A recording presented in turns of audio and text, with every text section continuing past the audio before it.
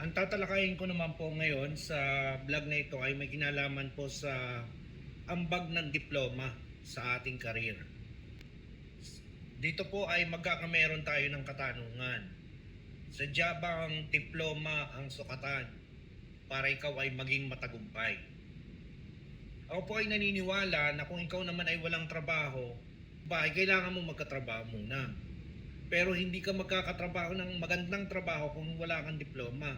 Kasi ang halos matataas na sahod at mga professional na mga trabaho ay para dun lamang sa mga may diploma. Ganyan po ang sitwasyon dito sa ating bansa.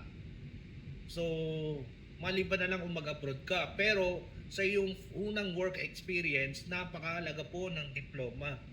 Kasi hindi ka magkakameron ng maayos na trabaho na mataas ang sweldo kung ikaw ay walang diploma. So ang ibig sabihin po nito ay ang diploma ay first step lang po. Ang pagkakameron ng diploma ay first step lamang po para maisaayos mo ang iyong career path. At kapag ikaw naman ay nakapagtrabaho at meron kang career, doon naman nag-uumpisa yung pag-iipon mo ng pera para naman meron kang maisubi sa iyong pinaplanong negosyo in the future. Kasi ayaw naman natin sa hindi naman talaga ikaw yayaman sa pagiging empleyado eh.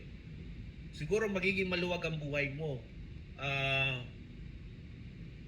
Yung sapat lang. Magkakameron ka ng bahay, magkakameron ka ng kotse, pero hindi ka magiging mayaman kung empleyado ka.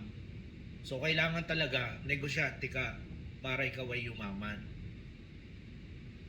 Yan po. So, ano ang pinakapunto rito? Mahalaga po ang diploma. Kung ikaw ay estudyante, pilitin mo na makapagtapos.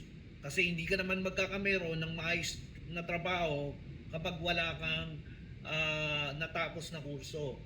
Kaya napakalaga ng diploma sa unang karera mo sa buhay, sa unang paghahanap mo ng kung ano magiging career mo.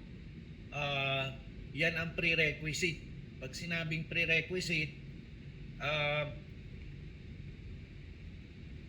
yan ang unang stepping stone o baitang na dapat mong apakan bago ka makakyat tataas. Yan po sa iyong tinatarget na estado o career ng iyong buhay. Yan po. Kaya wag sa mga estudyante, wag niyo munang isa-isip na hindi niyo kailangan ng diploma. Isang malaking katangahan yan eh. Yung ipaglalaban mo na hindi mahalaga ang diploma, wala ka pang trabaho eh. Paano ka magkakatrabaho kung wala kang diploma? 'Di ba? So, mahalaga po. Mahalaga po 'yan. Magagamit mo 'yan sa unang pagsabak mo sa pagtatrabaho. At kapag ikaw naman ay nagtatrabaho, doon ay kailangan makapag-ipon ka naman ng pera para naman mas mapaunlad mo ang sarili mo at makahanap ka pa ng mga better opportunity para lalo pang maging mayabong ang iyong karera sa buhay. Yan po, hanggang dito na lamang po, and I hope you learned something from my talk today, from my vlog today. Salamat po sa inyong panonood.